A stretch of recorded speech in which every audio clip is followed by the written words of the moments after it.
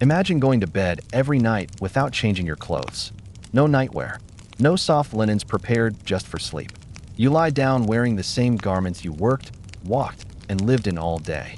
To a modern mind, this feels uncomfortable, even impossible. And yet, for much of medieval Europe, sleeping fully dressed was not unusual at all. It was normal. This habit was not about laziness or ignorance. It was shaped by cold rooms, limited resources, social norms, security concerns, and a very different understanding of comfort and privacy. Tonight, we will slowly unpack the real reasons medieval people slept this way, and how everyday life made this practice not only practical, but necessary. If you enjoy calm, detailed history that explores how ordinary people once lived, like this video, subscribe for more slow history, and leave a comment about which medieval habit surprises you the most. To understand why medieval people commonly slept fully dressed, we must first abandon modern assumptions about sleep, comfort, and private space. The medieval night was not a separate, carefully prepared part of life, isolated from the day. It was simply a continuation of it. The same environment, the same building, the same clothes, and often the same people surrounded an individual both while awake and while asleep. Changing into special garments purely for rest was not an obvious or necessary idea. For most people, it would have seemed impractical, wasteful, or even risky. Medieval homes were fundamentally different from modern ones in their structure and purpose. They were built to shelter, not to insulate. Walls were thick but often poorly sealed. Windows were small and rarely glazed. Floors were commonly made of packed earth, stone, or rough wood. Even in well-constructed houses, drafts were unavoidable. Warmth did not linger. Once the fire dimmed or went out, the interior temperature dropped quickly, especially during colder months, which in many regions lasted most of the year. Heating was localized and temporary. A hearth might warm the space immediately around it, but heat did not travel far. Upper floors and sleeping areas were often colder than workspaces below. Maintaining a fire throughout the night required fuel, labor, and constant attention. For most households, this was unrealistic. Fuel was valuable, and night hours were meant for rest, not tending flames. Clothing, therefore, became the most reliable source of warmth. To remove layers before sleep would have meant surrendering precious insulation at the coldest moment of the day. Clothing itself was not light or minimal. Medieval garments were designed to provide protection against weather, wind, and physical wear. Wool was widely used because it retained warmth even when damp. Linen, though lighter, was layered beneath wool to protect the skin. These materials were thick by modern standards. A person's daily clothing functioned much like modern bedding. Removing it would not have increased comfort. It would have reduced it. The concept of specialized nightwear developed much later and depended on several conditions that medieval life rarely met: abundant fabric, private sleeping space, stable indoor temperatures, and the cultural expectation of changing clothes frequently. In the medieval period, fabric was expensive. Clothing represented a significant investment of time and resources.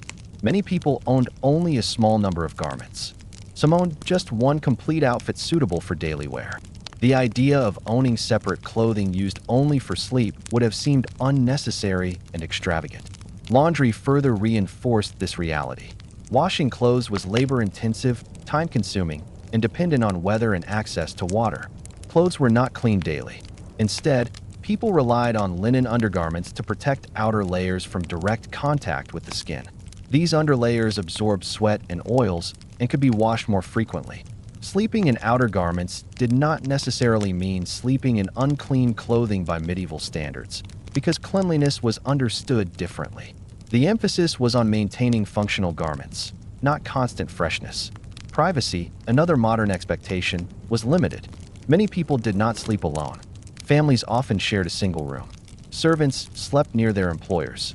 Travelers shared beds with strangers at inns.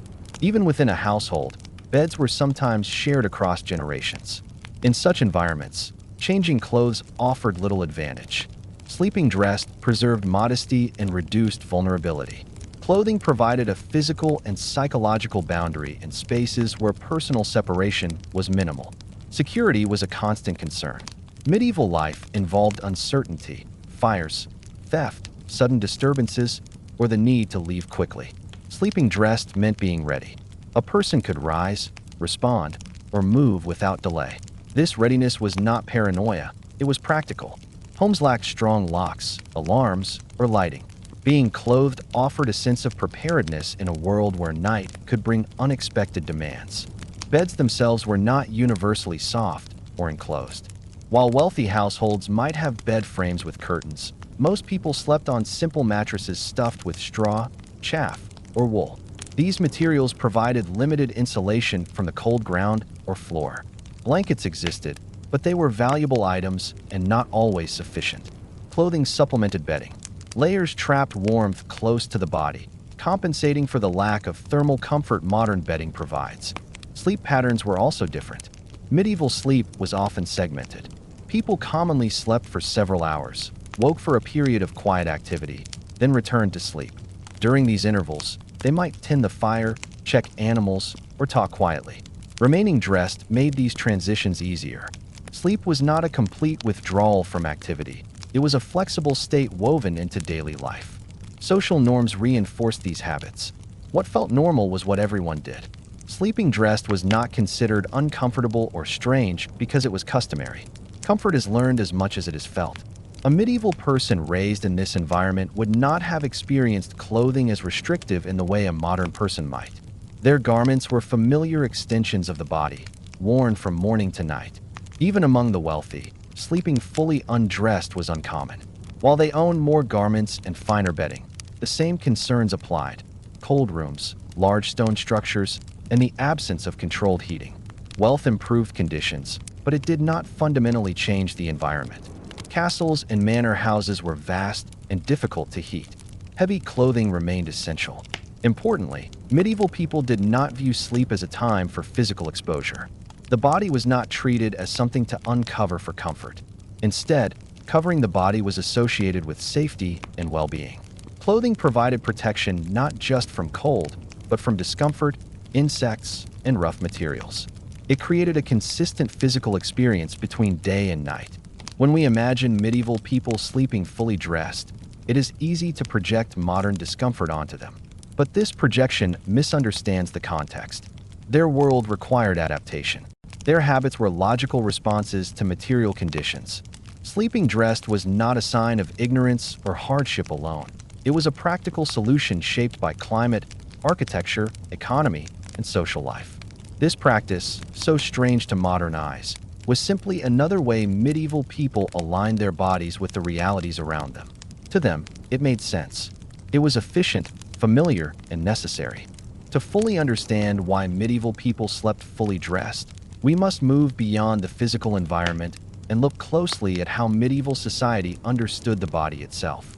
Modern sleep culture treats the body as something that should be freed, relaxed, and separated from daily constraints. Medieval thinking was almost the opposite. The body was something to be managed, protected, regulated, and maintained in balance with its surroundings. Clothing played a central role in this relationship, and sleep did not suspend that role, it intensified it. Medieval people did not divide their day into sharply separated categories of active time and rest time the way modern societies do. Life followed natural rhythms rather than schedules. Work began with daylight and slowed with darkness, but it did not end abruptly. Tasks faded into quieter activities.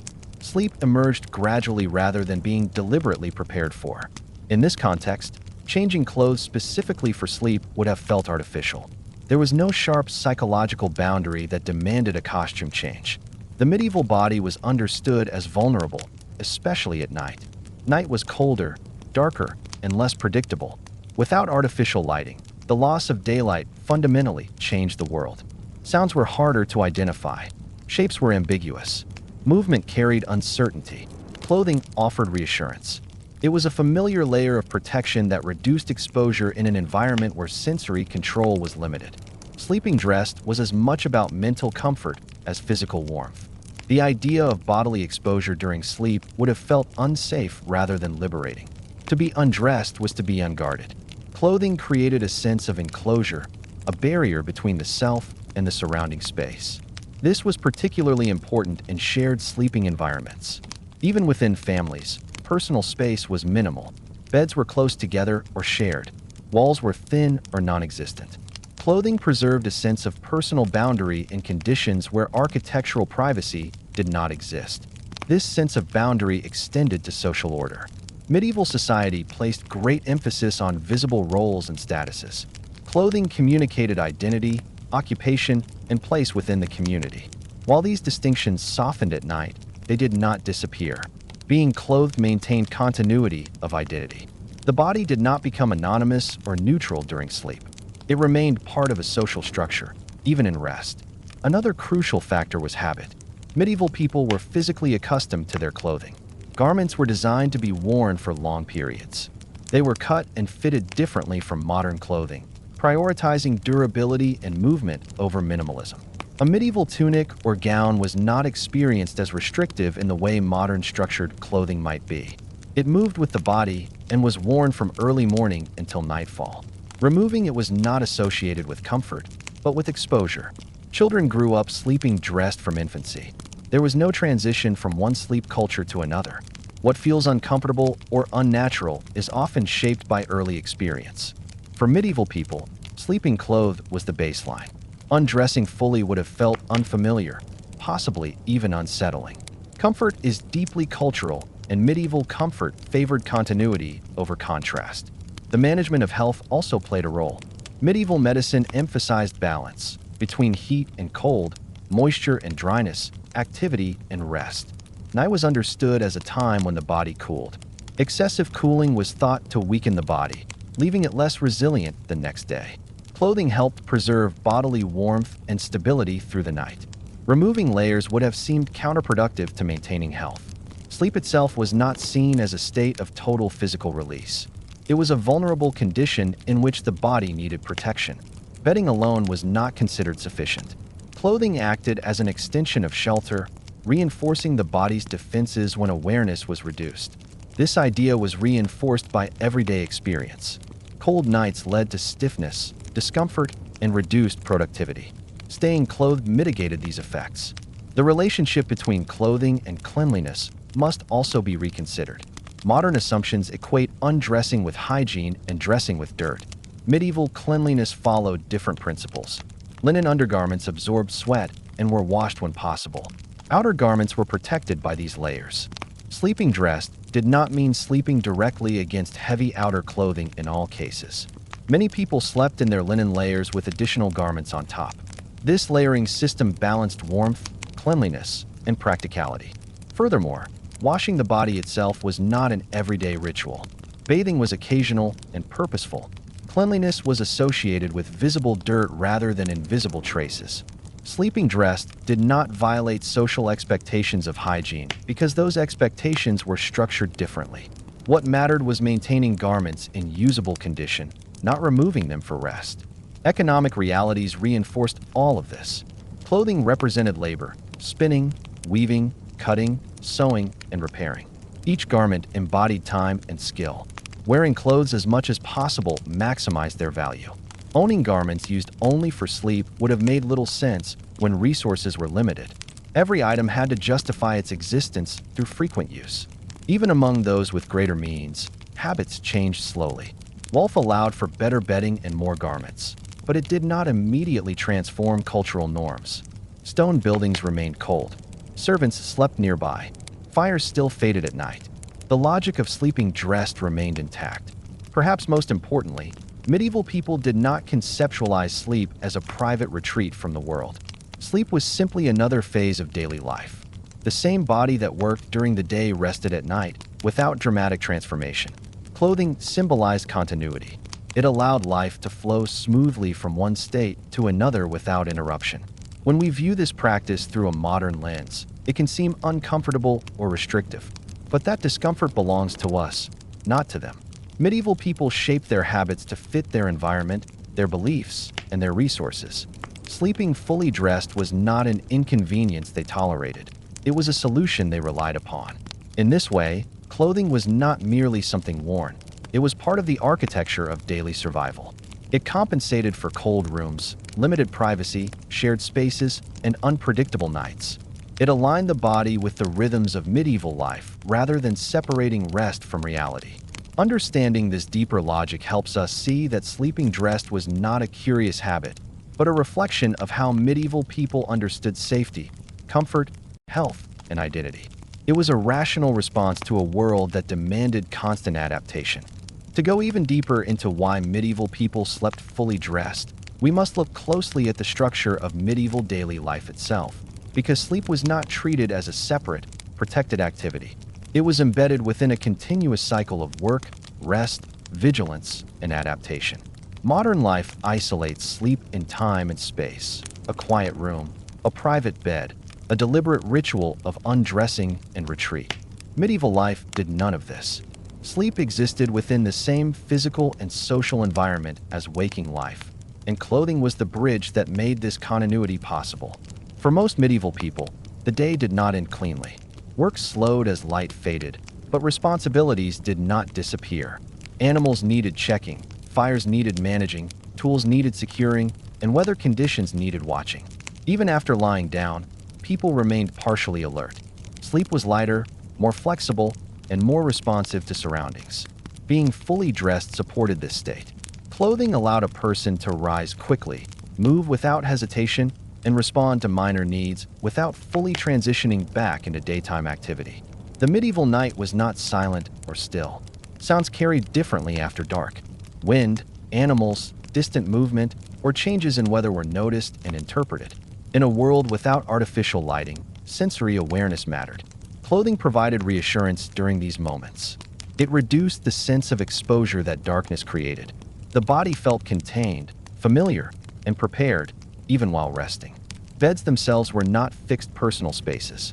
Many were temporary or shared.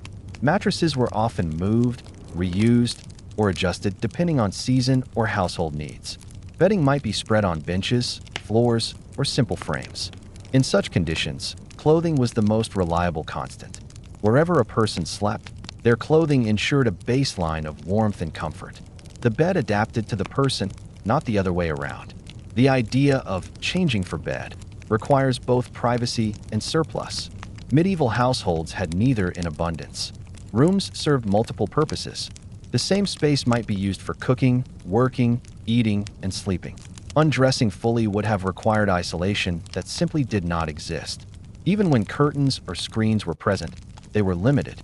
Clothing preserved dignity without demanding architectural solutions. Social hierarchy also shaped sleep practices. Servants slept near their workspaces or near those they served. Apprentices slept near workshops. Children slept wherever space allowed. These arrangements reinforced a culture where being clothed during sleep was expected.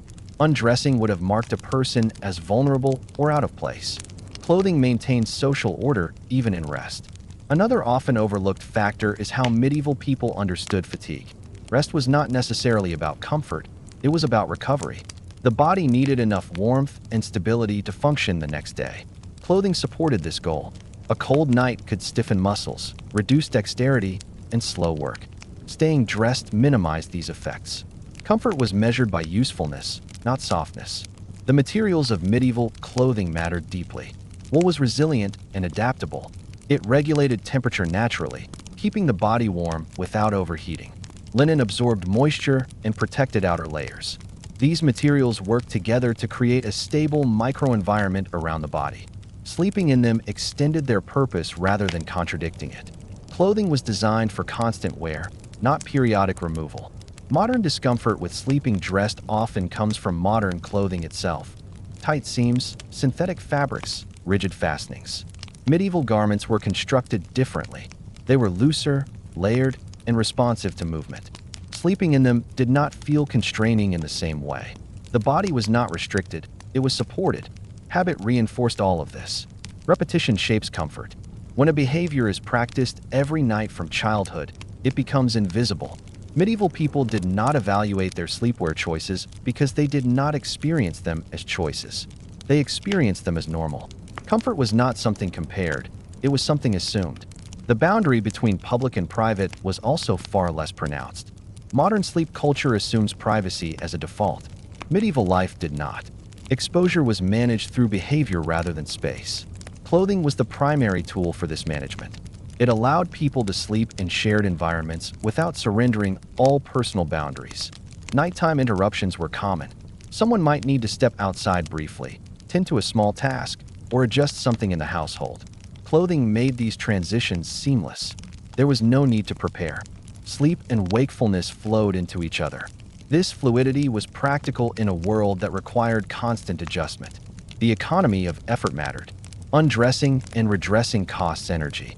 When days were physically demanding, unnecessary exertion was avoided. Sleeping dressed reduced transitions. The body conserved effort, and routines remained simple. Efficiency guided behavior more than idealized comfort. Importantly, medieval people did not conceptualize discomfort the way modern people do. Discomfort was not always something to eliminate. It was something to manage. The goal was adequacy, not optimization. As long as sleep allowed the body to function, it was sufficient. Clothing contributed to sufficiency. The absence of specialized sleep garments was not a lack. It was a reflection of priorities. Resources were allocated where they mattered most. Tools, food, shelter, and durable clothing took precedence. Sleep adapted to what existed rather than demanding its own category of objects. Over time, these habits became embedded in culture. Sleeping dressed was not explained or justified. It was simply done. Children observed adults. Travelers adapted quickly. The practice reinforced itself through repetition and necessity. Seen from this perspective, sleeping fully dressed was not a strange medieval quirk. It was the logical outcome of a world where sleep was integrated into life rather than separated from it. Clothing made that integration possible. It provided warmth, modesty, readiness, and continuity in an environment that demanded all four. Understanding this depth helps us move beyond surface explanations like "it was cold" or "they were poor."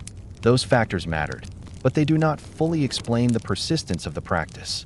Sleeping dressed was a cultural solution to a complex set of conditions: architectural, social, economic, and psychological. In medieval Europe, the body did not retreat from the world at night. It remained within it, protected by the same layers that carried it through the day. Clothing was not shed for sleep because sleep was not an escape. It was simply another way of being present in a demanding world. To understand why medieval people slept fully dressed in a way that truly reflects the reality of their lives, we must slow down and look carefully at how medieval society understood material value, effort, and continuity. Modern thinking often separates objects by function. Clothes are for work, beds are for sleep, rooms are for rest. Medieval life did not operate with such clear divisions. Objects were not specialized unless there was a compelling reason for them to be. Instead, the same items served multiple purposes, and clothing was among the most multifunctional and valuable possessions a person owned. Clothing was not an accessory to life. It was infrastructure. It was protection, insulation, identity, readiness, and durability combined into a single form. When a medieval person put on their clothes in the morning, they were not merely preparing to be seen. They were equipping their body for an entire cycle of existence that included labor, movement, rest, interruption, and response. Sleep did not interrupt this cycle. It fit within it. The production of clothing shaped this mindset deeply. Fabric did not arrive cheaply or easily. Every thread represented time. Wool required animals, shearing, cleaning, spinning, weaving, and finishing. Linen required planting, harvesting, retting, drying, combing, spinning, weaving, and sewing. Each stage involved labor that was slow, repetitive, and physically demanding. Even a simple garment could represent months of accumulated effort. As a result, clothing carried an implicit weight of responsibility. To remove it unnecessarily was to suspend its usefulness, and medieval life left little room for suspended usefulness. Most people owned so few garments that the concept of rotation barely existed. Clothes were not swapped casually. They were worn until they could no longer be worn, then repaired, altered, repurposed, and worn again. This continuity of use created a relationship between the body and clothing that modern people rarely experience. Garments molded to the wearer over time. They became familiar, predictable, and trusted.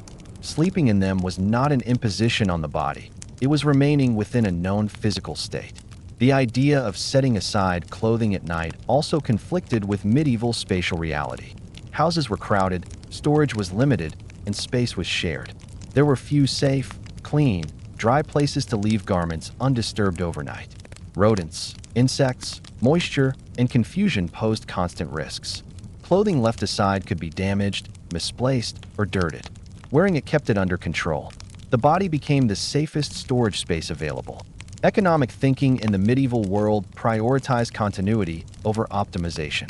The goal was not maximum comfort for a single moment, but sustainability across seasons and years. Sleeping dressed reduced were caused by frequent removal and handling. Seams were strained less. Fabric was folded less.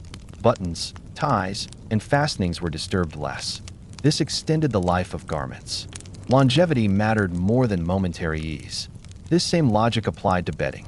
Beds, mattresses, and blankets were also labor-intensive and expensive. Many people did not own enough bedding to rely on it alone for warmth. Straw mattresses compressed quickly. Blankets thinned with use. Clothing compensated for these shortcomings. It provided consistent insulation regardless of the condition of the bed. Removing clothing would have transferred all responsibility for warmth to bedding that was often inadequate. We must also consider that medieval life did not guarantee uninterrupted sleep. People expected to wake during the night. Fires needed attention. Animals made noise. Weather changed. Sounds outside required listening. A person might need to rise briefly without fully waking. Clothing made this possible without discomfort or hesitation. There was no need to dress again. Sleep and action blended smoothly. This blending shaped habits over generations. Children learned from adults that sleep did not require transformation. There was no ritual of undressing, no symbolic shedding of the day. Night was not a separate world. It was a quieter continuation of the same one. Clothing maintained that continuity. The body remained prepared even while resting. The absence of nightwear was not perceived as deprivation. It was simply normal. Comfort is not universal, it is learned. Medieval people did not feel constrained by sleeping dressed because they had no contrasting experience to define discomfort. Their clothing was familiar, and familiarity breeds ease. What feels restrictive to a modern person feels neutral to someone raised differently. We should also address the relationship between clothing and status. Clothing communicated identity at all times. Even at night, being clothed preserved one's place within the social order. Servants slept dressed because they might be needed. Apprentices slept dressed because they lived where they worked. Travelers slept dressed because they were among strangers. Even household heads slept dressed because readiness signaled responsibility. Undressing fully could suggest vulnerability or impropriety, depending on context. Another critical factor is effort conservation. Medieval days were physically exhausting. Energy was not wasted lightly. Removing and putting on clothing required time, movement, and attention. Sleeping dressed eliminated unnecessary transitions. The body conserved effort. Small savings mattered when multiplied over days and seasons. We must also reconsider modern assumptions about bodily comfort. Medieval people did not expect the body to be maximally comfortable at all times. Life required endurance. The goal of sleep was restoration, not pleasure. As long as the body recovered sufficiently to function the next day, sleep was successful. Clothing supported this goal by stabilizing body temperature and reducing exposure. Even when conditions improved for some segments of society, habits changed slowly. Cultural practices do not disappear the moment resources increase. Wealth allowed thicker mattresses, better blankets, and additional layers, but it did not immediately produce a desire to sleep undressed. Stone buildings remained cold. Servants remained nearby. Night remained unpredictable. The logic of sleeping dressed remained intact. What emerges from this closer examination is not a picture of discomfort, but of coherence. Every aspect of medieval life reinforced the practice of sleeping dressed. Architecture, economy, labor, social structure, material scarcity, and habit all pointed in the same direction. This alignment is why the practice persisted so widely and for so long. Sleeping fully dressed was not an accidental habit. It was not ignorance. It was not resistance to comfort. It was a rational, deeply integrated response to the realities of medieval existence. Clothing was too valuable, too useful, and too embedded in daily survival to be removed simply because the body lay down. In the medieval world, rest did not mean withdrawal. It meant lowering intensity while remaining within the same framework of readiness and protection. Clothing made that possible. It allowed the body to rest without becoming vulnerable, cold, or disconnected from its surroundings. Only when architecture changed, heating became reliable, privacy increased, and fabric became abundant did the logic begin to shift. Until then, sleeping dressed was not just common, it was inevitable. To understand why sleeping fully dressed remained so widespread and persistent in medieval Europe, we now have to confront one of the most powerful forces shaping everyday behavior: the constant presence of uncertainty and risk. Medieval life was not defined by dramatic danger every night, but by low-level, continuous unpredictability. The world was not engineered for safety, privacy, or stability. In such an environment, behavior evolved not to maximize comfort, but to minimize vulnerability. Sleeping dressed was one of the most effective ways to do exactly that. Night fundamentally changed how the medieval world functioned. When daylight disappeared, so did most forms of control. Roads became difficult to navigate. Familiar spaces became ambiguous. Sounds carried farther but were harder to interpret. Without artificial lighting, vision was limited to firelight or moonlight, both unreliable. This meant that nighttime awareness depended heavily on readiness rather than reaction. Clothing played a central role in maintaining that readiness even while asleep. Medieval homes offered little physical security by modern standards. Doors were simple, locks were basic or absent, windows were small but often unsealed. Many households shared walls with animals or stored goods. Fire hazards were constant, especially where open flames were used for heating and cooking. A sudden need to move, respond, or exit was not rare. Sleeping dressed reduced delay. There was no scramble, no confusion, no need to search for garments in darkness. The body was already prepared. This readiness was not based on fear alone, it was based on experience. Generations learned what worked. Habits that reduced harm persisted. Habits that increased risk faded. Sleeping dressed survived because it solved multiple problems simultaneously: warmth, modesty, readiness, and continuity. It was not a response to a single threat, but to a general condition of uncertainty. Social proximity intensified this logic. Medieval people rarely slept alone. Families shared rooms. Servants slept near employers. Apprentices slept near workshops. Travelers slept among strangers. Privacy was minimal. In such settings, undressing fully would have increased vulnerability, both physical and social. Clothing provided a protective layer between the individual and others, preserving a sense of control even in close quarters. This is crucial to understand. Clothing was not only about how one appeared to others, it was about how one experienced oneself. Being clothed created psychological stability. The body felt contained, defined, and protected. In an environment where personal space was limited, clothing became the primary boundary between self and surroundings. Removing it at night would have felt like dissolving that boundary at the very moment when awareness was lowest. Travel culture reinforces this point strongly. Medieval Europe was mobile in ways often underestimated. Seasonal work, trade, obligations, and family ties required movement. When people traveled, they slept wherever space allowed: inns, barns, halls, or private homes. Sleeping arrangements were improvised. Beds were shared. Floors were common. In these contexts, sleeping dressed was essential. It allowed a person to maintain dignity, warmth, and readiness regardless of where they rested. Inns, in particular, demonstrate how deeply ingrained this practice was. Travelers often shared beds with strangers. Undressing in such circumstances would have been socially inappropriate and practically unwise. Clothing ensured a baseline of safety and propriety. Over time, these travel norms reinforced sleeping dressed even at home. What one did on the road shaped what felt normal everywhere. The social meaning of readiness must also be emphasized. Medieval society valued competence and responsibility. A person who could respond quickly to a need was respected. Sleeping dressed symbolized that readiness even during rest. It communicated reliability. This mattered in households where everyone depended on one another. Delay could inconvenience others or create risk. Habits that minimized delay became virtues. We must also consider how medieval people understood vulnerability. Sleep was not seen as a private, protected retreat. It was understood as a state of reduced awareness. This made the body more exposed, not less. Clothing compensated for this exposure. It did not make sleep perfectly safe, but it reduced risk.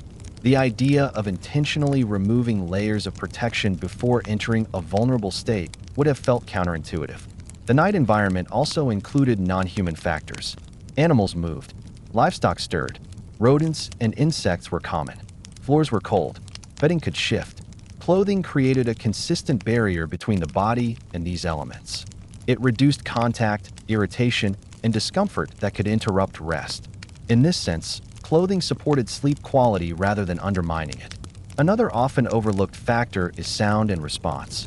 Medieval people were attuned to auditory cues. A noise outside might require listening, getting up briefly, or checking surroundings. Sleeping dressed allowed these transitions to occur without fully breaking rest. The body could move, pause, and return to sleep smoothly. Undressing would have added friction to this process. The relationship between clothing and authority also played a role. In hierarchical households, those lower in status were expected to be available.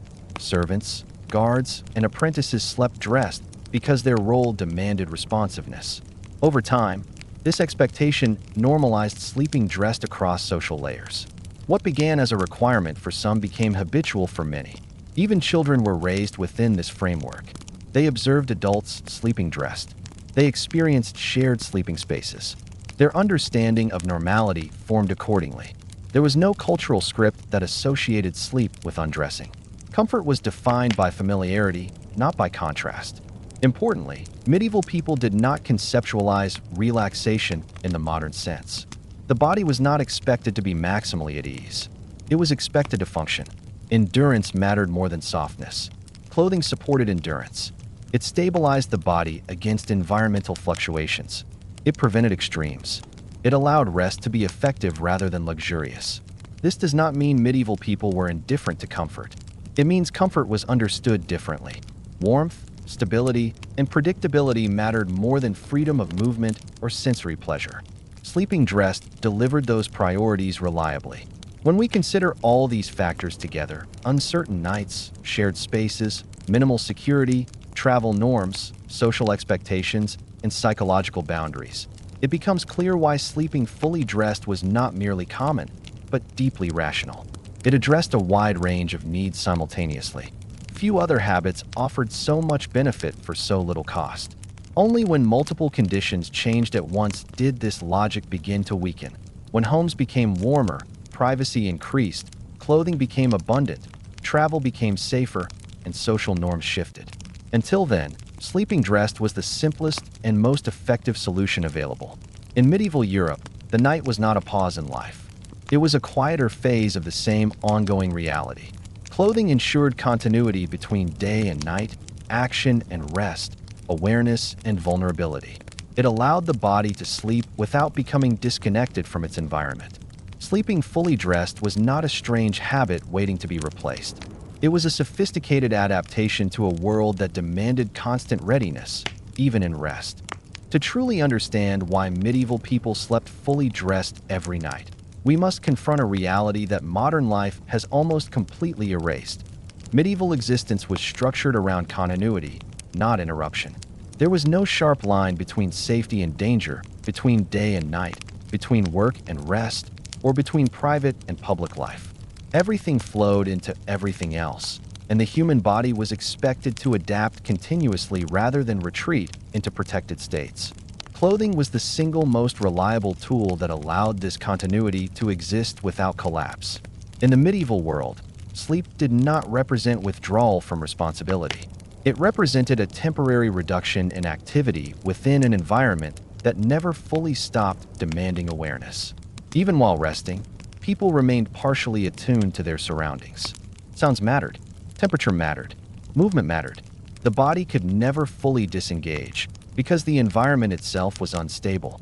Clothing made this partial engagement possible without exhausting the body. Unlike modern sleep, which is often engineered to be deep, uninterrupted, and insulated from the outside world, medieval sleep was responsive. People expected to wake briefly. They expected to shift position. They expected to listen. These interruptions were not failures of sleep. They were part of it. Clothing supported this responsive state by keeping the body prepared for motion without requiring conscious preparation. A clothed body could move, pause, and return to rest seamlessly. This responsiveness was essential because medieval nights were not predictable. Fires lost heat unevenly.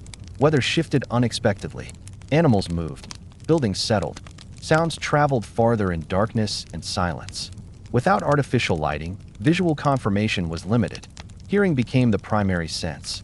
People learned to evaluate sound quickly, deciding whether it required action or could be ignored.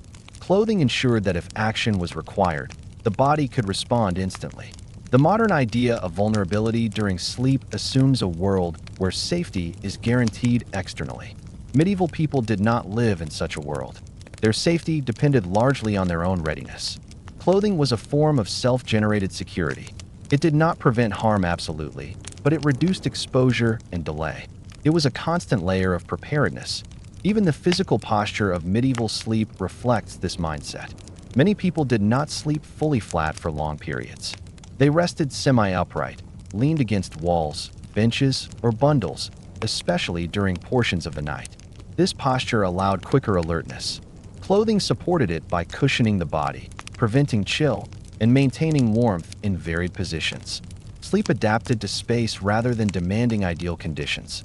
The structure of medieval households reinforced this behavior. Homes were not designed with sleep as a central function. They were designed to shelter activity. Sleeping areas shifted. People slept near fires in winter, near doors in summer, near animals when necessary. Beds were moved. Bedding was shared. Clothing was the one constant element that moved with the person. Wherever the body rested, clothing ensured familiarity. This is crucial. Medieval people did not expect their environment to adapt to them. They adapted to it. Clothing was the primary means of adaptation. It provided insulation when walls could not. It provided privacy when rooms could not. It provided readiness when systems could not. The social dimension of sleep cannot be overstated. Sleep occurred within visible hierarchies. Servants slept near workspaces. Apprentices slept near tools. Children slept near adults. These arrangements reinforced order and obligation even at night. Clothing symbolized that obligation. Sleeping dressed signaled continued availability. It reassured others that roles were intact even during rest. Undressing fully would have disrupted this symbolic continuity. It would have suggested withdrawal from responsibility. In a society where cooperation and readiness were essential, such withdrawal was discouraged not by rules, but by habit. Clothing also regulated identity during the night. Medieval people experienced identity through physical markers, garments, textures, layers. At night, when light was limited, these markers still mattered. Familiar fabrics, sounds of movement, and silhouettes helped household members recognize one another. Clothing preserved recognizability when vision failed. Psychologically, this continuity reduced anxiety. Darkness amplifies uncertainty. Familiar sensations counteracted. The feeling of known clothing against the body provided reassurance. It reminded the sleeper that nothing essential had changed. The world had quieted, not disappeared. Modern discomfort with sleeping dressed often comes from modern expectations of bodily freedom. Medieval people did not equate freedom with exposure. They equated stability with protection. Clothing was not a constraint. It was an extension of shelter. It was portable architecture. We must also understand that medieval sleep was shaped by exhaustion. Days were physically demanding. Bodies needed rest, but they did not demand perfection. A sleep that restored enough strength was sufficient. Clothing helped achieve this by preventing temperature loss and stiffness. Waking cold and rigid reduced productivity. Sleeping dressed minimized that risk. This is why the morning transition matters so much. Medieval mornings began quickly. There was no gradual warming of rooms. No controlled temperature. Rising from sleep into cold air could shock the body. Sleeping dressed reduced this shock. The body was already partially prepared for activity. The day began smoothly. This smoothness mattered enormously over time. Habits that reduced strain persisted.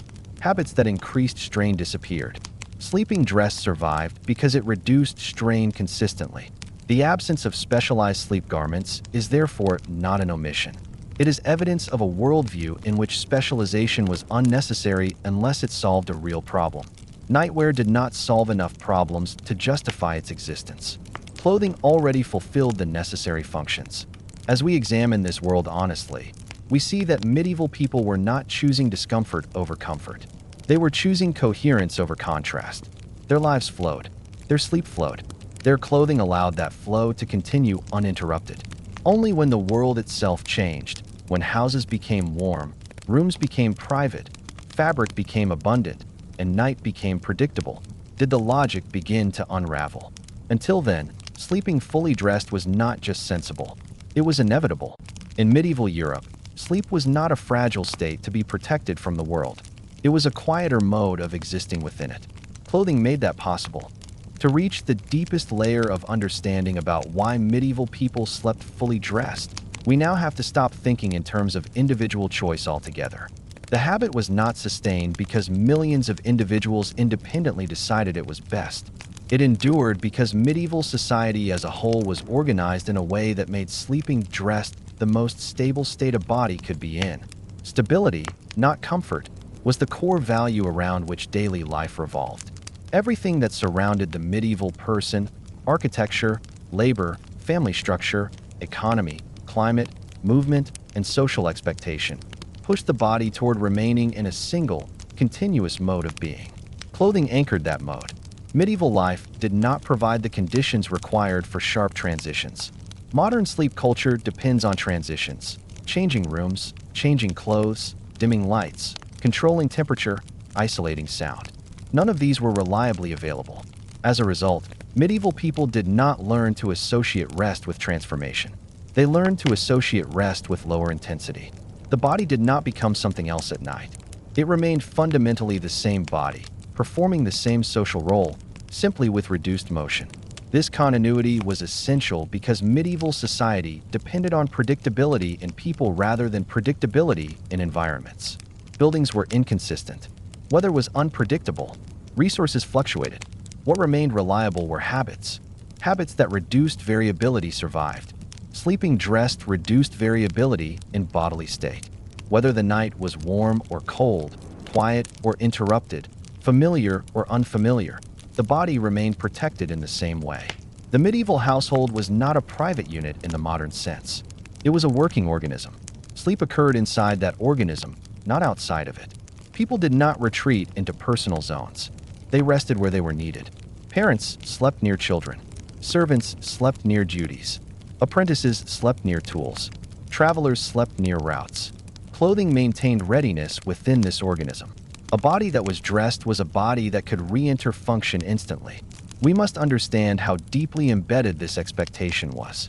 Readiness was not heroic, it was normal. The idea that a person might become temporarily unavailable simply because they were asleep would have seemed irresponsible in many contexts. Sleeping dressed signaled reliability. It communicated, even unconsciously, that the individual remained part of the household's functioning network. This expectation extended beyond emergencies. Even mundane interruptions mattered. A child stirring, a noise outside, a change in weather. These did not require full awakening, but they did require responsiveness. Clothing allowed the body to hover between rest and action without friction. Removing clothing would have created a psychological and physical barrier that medieval life did not support. The night itself was not culturally framed as a time of isolation. It was a quieter communal interval. People were aware of one another's presence through sound, movement, and proximity. Clothing contributed to this shared awareness. Fabric made noise. Movement was audible. Familiar garments created recognizable patterns. Even half asleep, people sensed who was near. Undressing would have altered these cues, introducing unfamiliarity into an already uncertain sensory environment. There is also a deeply social dimension to bodily exposure that modern discussions often miss. In medieval society, the unclothed body was not neutral. It carried meaning related to vulnerability, impropriety, or specific private contexts. Sleeping fully undressed in shared spaces would have disrupted social norms, even if no one consciously articulated why. Clothing preserved social order at night by maintaining acceptable boundaries without requiring explanation. This boundary-maintaining role of clothing was especially important because medieval society relied heavily on implicit rules rather than explicit enforcement. Behavior was guided by custom. Custom was reinforced through repetition. Sleeping dressed was one of those customs that required no justification because it aligned perfectly with social structure. We must also consider the cumulative effect of generations. When a practice persists for centuries, it shapes bodies as well as minds. Medieval bodies were conditioned to sleep in clothing. Muscles, posture, circulation, and tolerance adapted. What might feel restrictive to a modern body trained in softness would not have felt the same to a medieval one. Comfort is not universal. It is learned through repetition. This conditioning extended to expectations of rest. Medieval people did not expect sleep to erase fatigue completely. They expected it to restore functionality. Clothing supported that expectation by preventing extreme temperature loss and stiffness. Waking in the same clothing reduced the physical shock of morning. The body moved from rest to work without a dramatic adjustment period. Over a lifetime, this mattered more than nightly softness. Another critical aspect is how medieval people understood control. Modern comfort culture emphasizes surrender, letting go, relaxing completely, disconnecting. Medieval culture emphasized management. Even at rest, the body was managed. Clothing was part of that management. It regulated heat, movement, exposure, and readiness without conscious effort. The sleeper did not need to decide anything. The system worked automatically. This automatic regulation was essential in a world where mental and physical energy were finite.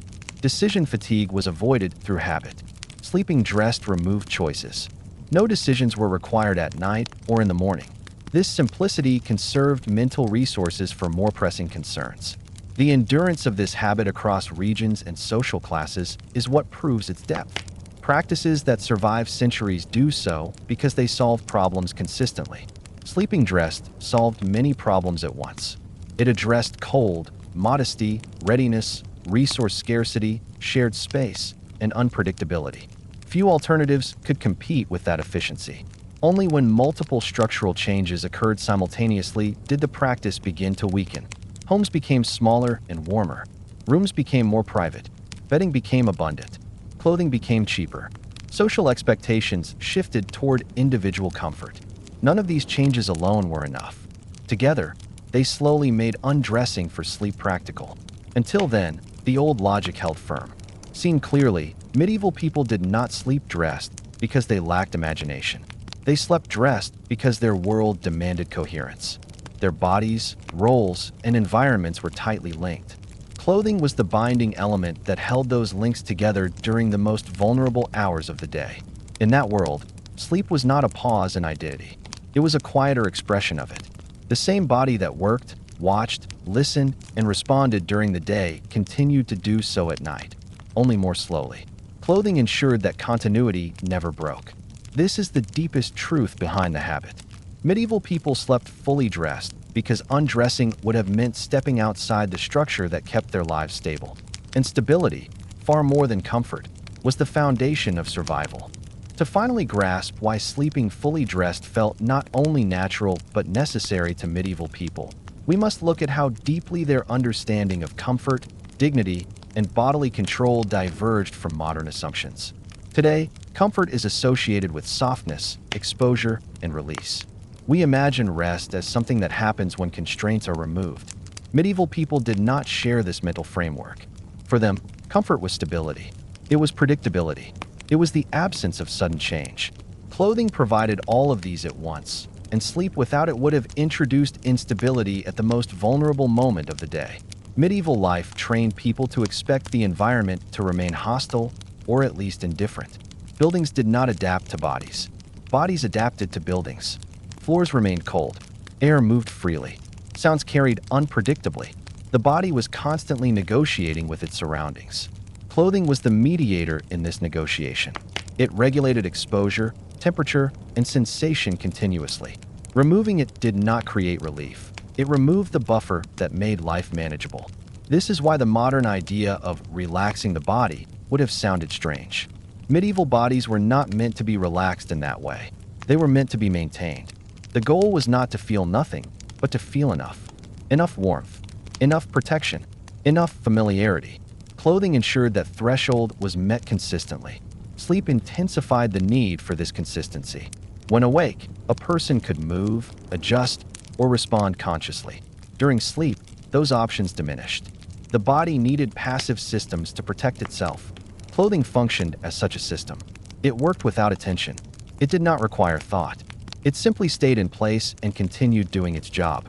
Another crucial factor is that medieval people did not expect sleep to be private. Privacy was situational, not assumed. Even when alone, a person could expect interruption. Someone might enter. An animal might move. Weather might intrude. Clothing preserved dignity in the face of these possibilities. Being dressed ensured that the sleeper remained socially present even while unconscious. This social presence mattered deeply. Medieval identity was not something one turned off. Who you were did not pause at night. Your role within a household, a craft, or a family persisted. Clothing symbolized that persistence. Sleeping dressed meant remaining oneself. Undressing fully would have felt like temporarily abandoning one's place in the world. We must also understand how medieval people perceived their own bodies. The body was not treated as something separate from its coverings. Garments were extensions of the self. They aged with the wearer. They absorbed movement patterns. They became familiar in a way modern clothes rarely do. Sleeping without them would have felt like sleeping without part of oneself. This familiarity is critical. Familiar sensations promote calm. Unknown sensations increase alertness. Removing clothing introduced unfamiliar cold, texture, and exposure. These sensations could disrupt rest. Sleeping dressed minimized sensory change, allowing the body to settle more easily. The medieval night was also not silent. It was filled with subtle cues, wind, animals, with shifting, distant movement. People learned to interpret these sounds even while half asleep. Clothing supported this half-awake state. It allowed the body to remain oriented without fully waking. The sleeper could listen, assess, and return to rest. Modern sleep science often praises deep, uninterrupted sleep. Medieval life did not support or require this ideal. Sleep was flexible. It adapted. It responded. Clothing made that adaptability possible. It prevented the body from dropping into a state that would require forceful reawakening. Another aspect rarely discussed is emotional regulation. In a world with limited lighting and high uncertainty, anxiety could rise easily at night. Familiar routines countered this. Sleeping dressed was part of that routine. It signaled that nothing essential had changed. The body was still protected. The world was still manageable. Children learned this from birth. They slept near adults, dressed similarly, surrounded by familiar textures. Their nervous systems developed within this framework. Comfort became associated with coverage, not exposure. This shaped lifelong expectations. Even as societies slowly changed, habits persisted because bodies remembered them. Cultural change lags behind material change. Even when some people could afford better bedding or warmer rooms, the old habit still felt right. Undressing for sleep felt unnecessary, even risky. This persistence tells us something important. Medieval people were not passively enduring their conditions. They were actively shaping practices that worked. Sleeping dress survived because it reduced friction between body and world. It smoothed transitions. It conserved energy. It maintained order. Ultimately, the reason medieval people slept fully dressed cannot be reduced to cold, poverty, or ignorance. It was about alignment. Their bodies, their homes, their social structures, and their expectations all pointed in the same direction. Clothing was the element that allowed those systems to coexist without constant strain. Sleep did not remove medieval people from their environment. It placed them in a quieter relationship with it. Clothing maintained that relationship when consciousness faded. This is why, for centuries, sleeping fully dressed felt normal, sensible, and even comforting. It was not a compromise. It was the best solution available in a world that demanded constant adaptation. Medieval people slept fully dressed because the structure of their lives did not allow the body to disengage completely from the world, even during rest. This was not a custom built on belief, symbolism, or isolated hardship, but on lived reality repeated night after night across centuries. To understand this fully, we must imagine a society in which the body was never treated as something that could be temporarily set aside, protected by systems external to itself. Instead, the body carried its own protection, its own boundaries, and its own readiness at all times. Clothing was central to that role, and sleep did not suspend it. In medieval Europe, daily life was physically demanding and environmentally exposed. People rose with daylight and worked until light faded. Their bodies were used constantly, lifting, walking, standing, bending, carrying. When night arrived, exhaustion was real, but it did not come with the assurance that the environment would become safe, warm, or quiet. Darkness removed visibility, but did not remove responsibility. Fires still needed awareness. Weather still affected structures. Animals still moved. Other people still occupied the same space. Sleep occurred inside this ongoing reality, not outside of it. Because of this, medieval sleep was lighter and more flexible than modern sleep. People did not expect uninterrupted rest. Waking briefly was normal. Shifting position, listening, or responding to a sound did not mean sleep had failed. It meant sleep was functioning as expected. Clothing made this possible by allowing the body to move between rest and alertness without friction. A clothed body could rise slightly, listen, adjust, or move without the shock of cold air or the disorientation of exposure. The medieval night was physically cold for much of the year. Heating was limited, localized, and temporary. Fires were allowed to die down for safety and fuel conservation. Stone walls retained cold more effectively than heat. Upper floors and sleeping lofts were often colder than the spaces below. In this context, clothing was not merely something worn for warmth during activity. It was the primary means of maintaining body temperature during inactivity. Removing clothing before sleep would have meant losing the most reliable insulation available. It is important to understand that medieval clothing was fundamentally different from modern clothing in both construction and purpose. Garments were designed for long-term wear, layering, and durability. Wool, the most common outer material, retained warmth even when damp and regulated temperature naturally. Linen undergarments protected the skin and absorbed moisture. These layers worked together to create a stable environment around the body. Sleeping in them did not feel unnatural within that context. They were already an extension of the body's daily functioning. The concept of specialized sleepwear requires several conditions: surplus fabric, reliable privacy, and stable indoor temperatures. Medieval society generally lacked all three. Fabric production was slow and labor-intensive. Clothing was expensive relative to income. Most people owned only a small number of garments. Owning clothes used only for sleeping would have been impractical and unnecessary. Every garment had to justify its existence through frequent use. Sleep did not justify an entirely separate category of clothing. Privacy was also limited. Many medieval people slept in shared rooms. Families often occupied a single living space. Servants slept near their employers. Apprentices slept near workshops. Travelers shared beds with strangers at inns. Even in wealthier households, servants slept nearby, and rooms were rarely isolated in the modern sense. In such conditions, remaining clothed preserved modesty and reduced vulnerability. Clothing acted as a social boundary where architectural boundaries did not exist. This social dimension is critical. Medieval society relied heavily on implicit rules rather than explicit enforcement. Being clothed during sleep was part of an unspoken agreement about propriety and order. Undressing fully would have disrupted that agreement, introducing discomfort not because of moral judgment, but because it broke established expectations. Clothing maintained dignity without requiring explanation. Readiness was another key factor. Medieval life involved frequent small interruptions. A noise outside, a change in weather, an animal stirring, or a household need might require brief attention. Sleeping dressed allowed a person to respond without delay or confusion. There was no need to search for clothing in darkness or cold. The body was already prepared to act if necessary. This readiness was valued because it reduced risk and inconvenience for others. Homes offered limited security. Doors and locks were basic. Lighting was minimal. Fire was both essential and dangerous. In such an environment, being clothed at night was a form of precaution. It did not assume constant danger, but it acknowledged uncertainty. Habits that reduced vulnerability persisted because they worked consistently, even when nothing went wrong. The medieval understanding of comfort also differed significantly from modern assumptions. Comfort was not defined as maximum ease or softness. It was defined as adequacy. If the body remained warm enough, stable enough, and capable enough to function the next day, then rest was considered successful. Sleeping dressed supported this goal. It prevented excessive cooling, reduced morning stiffness, and allowed the body to maintain continuity between rest and work. This continuity mattered because mornings in medieval life were abrupt. There were no heated rooms waiting, no controlled environments to transition slowly into activity.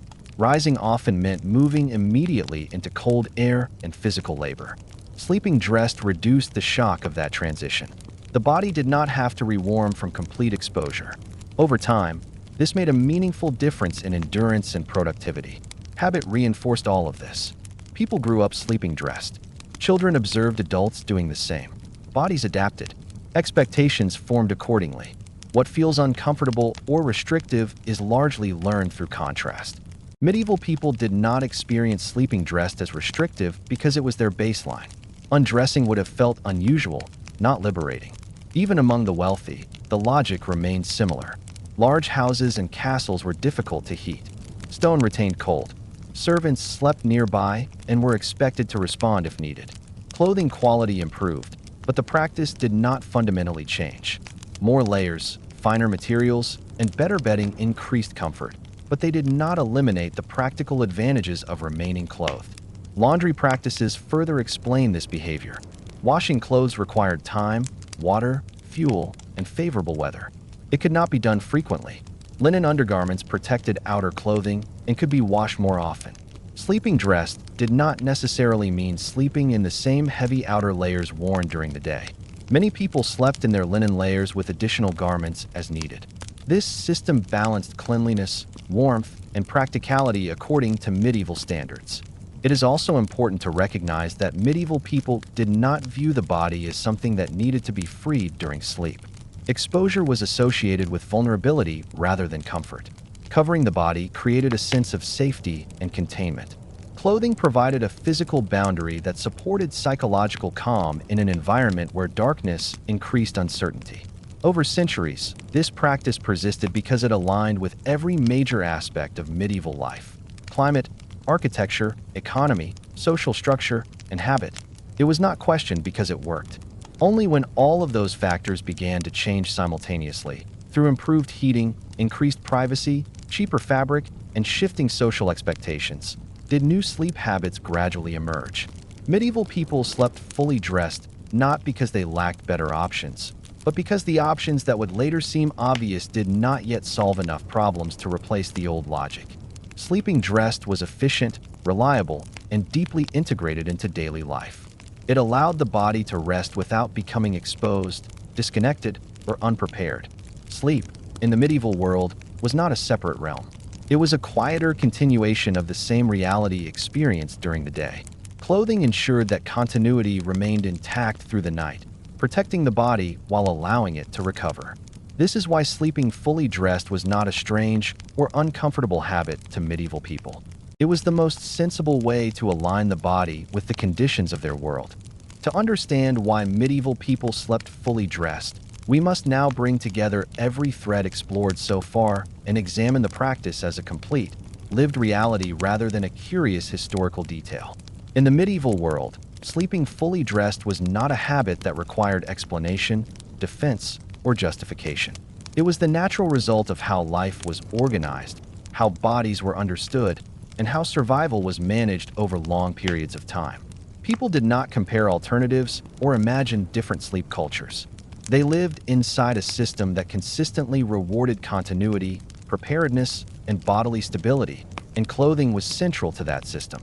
Medieval life did not allow the body to be treated as something separate from its environment. The modern idea that the body can be protected by architecture, technology, and infrastructure simply did not apply. Buildings were shelters, not controlled environments. Walls blocked wind, but not cold. Roofs kept out rain, but not drafts. Floors were cold and uneven. Darkness was complete once daylight faded. Under these conditions, the body itself became the primary site of regulation. Clothing was the body's most important tool for managing exposure, and sleep did not change that need. When medieval people lay down to sleep, they were not entering a safe, isolated state. They were entering a period of reduced awareness inside an environment that remained active and unpredictable. Fire still existed. Weather still changed. Animals still moved. Other people still occupied the same space. The sleeping body could not afford to become defenseless.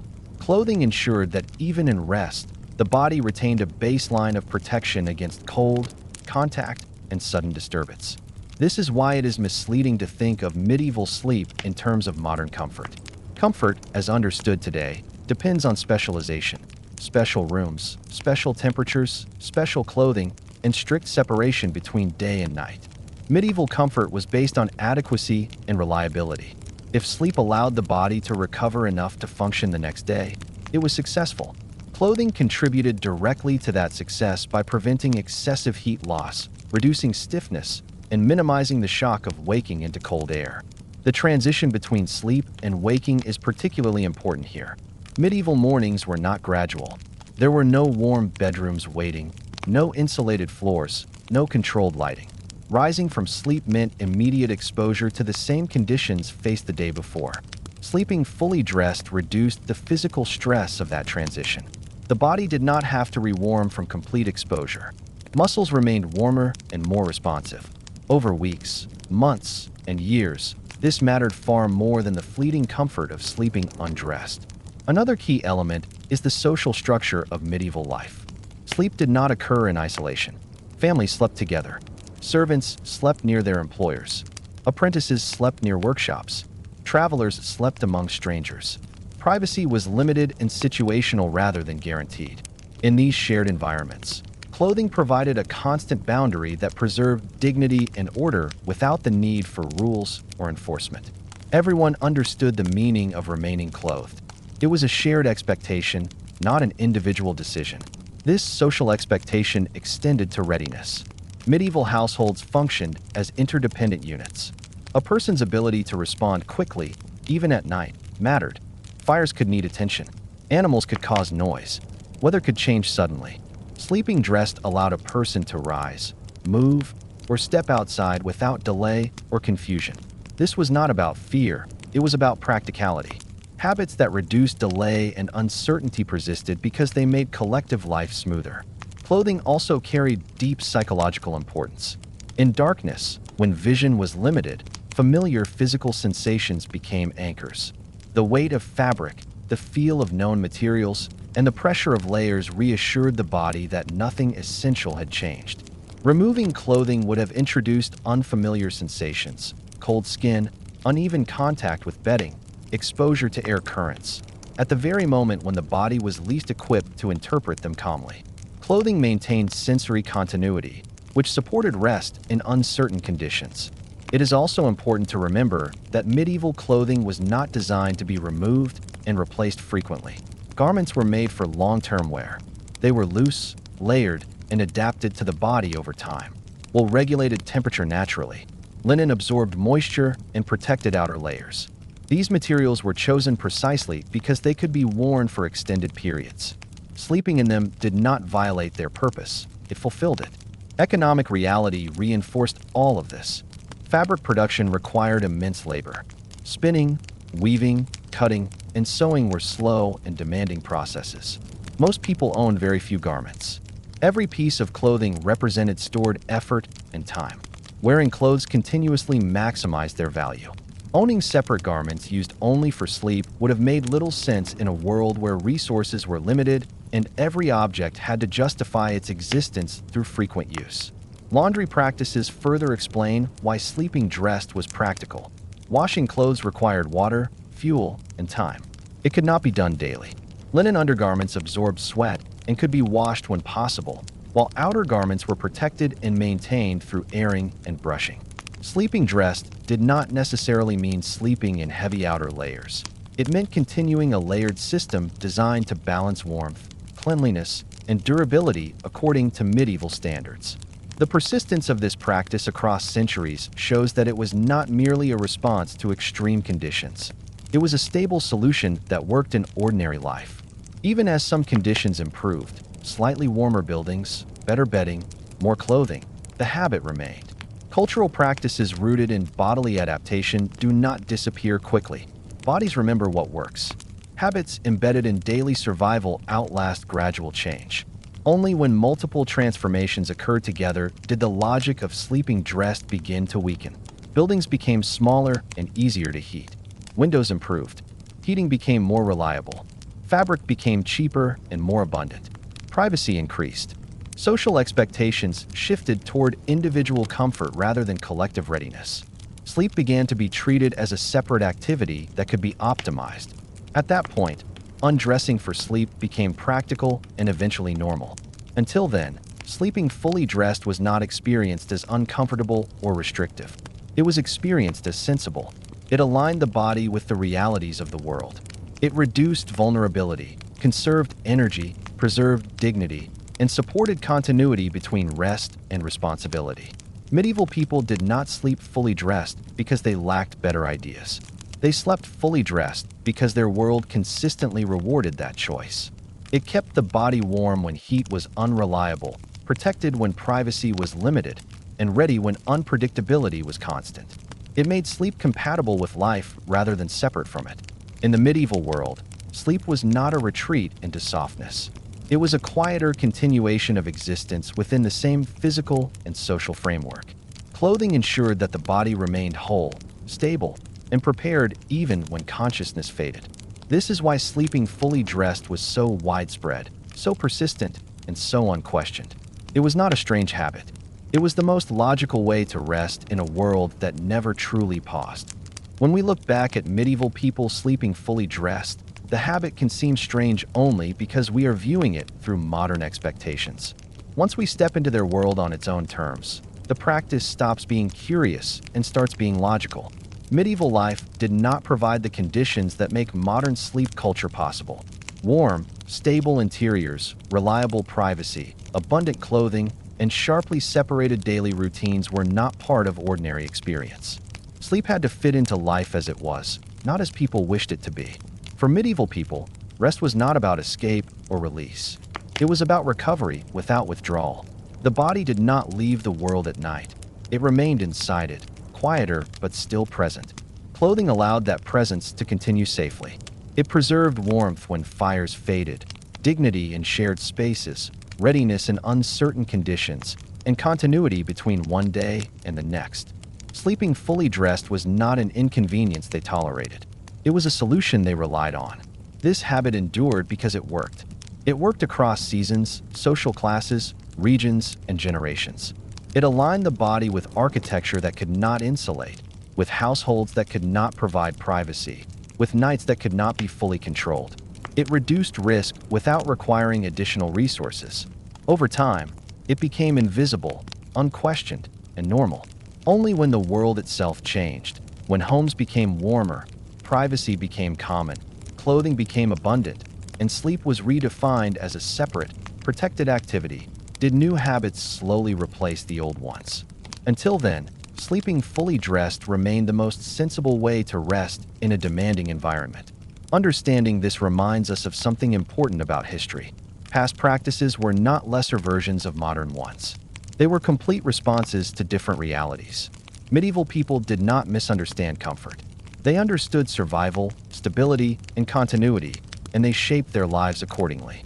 Thank you for spending this time exploring how people once lived, rested, and adapted to their world. If you found this calm journey into everyday history meaningful, like the video, subscribe for more slow, thoughtful history, and leave a comment sharing what surprised you most.